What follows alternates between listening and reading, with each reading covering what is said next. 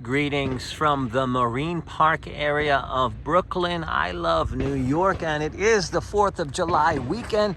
And here is a look of some Americana at Madison Place and Fillmore Avenue, where we can see right here on Fillmore Avenue the red, white, and blue patriotic lights take up this block. And that's sort of a theme for Brooklyn. If anyone who knows the Dyker Heights Christmas lights, that is just something that people love to do by taking the D train and enjoying all the lights. And it seems like, see, 4th of July, fireworks going off.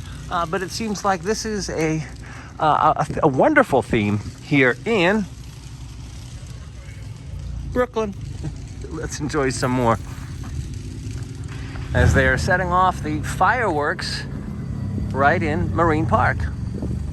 Now, I do like these window lights of the light up flags. I haven't seen them in any stores, so I don't know if people are special ordering these lights.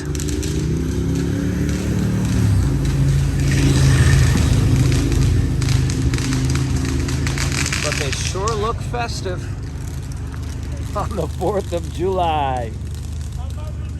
Till next time. From ever beautiful Brooklyn, I love New York.